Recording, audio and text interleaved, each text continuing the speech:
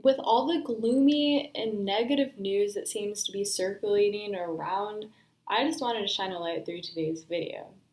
Censorship is truly getting out of control, and I'm sick of it. I think that conservatives, in my heart, I believe that they are truly getting censored by a great deal.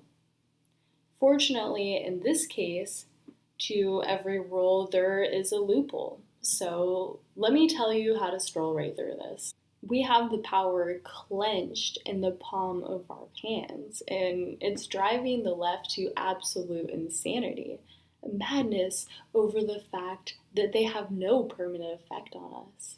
Now, our first tool to our advantage, if this plan to cleanse big tech continues on, would be the use of alt tech platforms. I was first introduced to alt tech platforms by watching Styx Hexenhammer 666. He has really explained it very well in several videos, and he has been on BitChute, I believe, for over a year now. So that is hard work and dedication.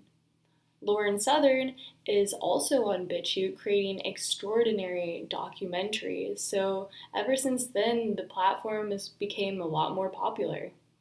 In addition, there are a few other alt tech platforms you can explore, such as Minds and Gab. I feel like personally Minds is my favorite platform out of the three because it's really easy to use and I just feel like it's really convenient since it's one of the only apps that are allowed in the App Store. But besides that, it's also cool because you could earn crypto for your work.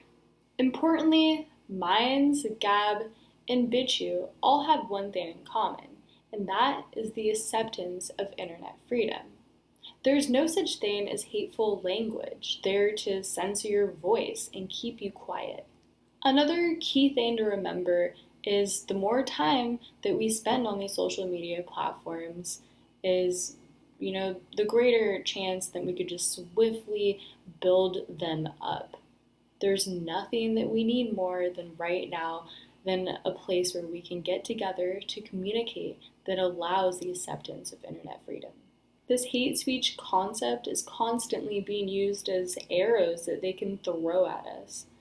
Without access to an equal conversation, we're not able to communicate properly.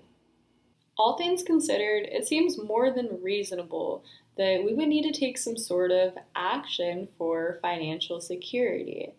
I'm not saying that payment processors such as PayPal and the banks are trying to pull one over on us, but hey, it's best to play it safe. Just earlier today, Alex Jones' news company InfoWars is banned from PayPal from hate and discriminatory intolerance. It was one or the other. Now he has 10 days left to use the processor. So, let's see. Faith Goldy was banned just a little over 2 months ago from using PayPal. And on top of that, Brittany Pettibone and Martin Sellner have been banned from income platforms as well. Where do we draw the line? Cryptocurrency has grown tremendously over the course of a year. Whether you're using Bitcoin or another form of cryptocurrency, it is very popular and you actually have more control over Bitcoin than you would have over the US dollar per se. For instance, there's no limit on the number of addresses that you can have, so that's a plus too. You can literally have hundreds of addresses if you just wanted to go crazy with it. Now that we have that clear, just go download a wallet program and start generating an address or a few. Right after this, I'm going to make my own address, so I'm right along with you. The last major topic that I wanted to discuss with you guys would have to do with email servers, specifically with Gmail. The big problem that I have with Gmail is that Gmail automatically reads your emails. You know that Gmail automatically reads your emails. There is an update, I believe it was over the summertime. I noticed a few months ago that on the bottom of your emails, there is a reply. There's a few suggested replies. That would mean that your whole email is read before you can even see your email all the way through. So that's just very suspicious.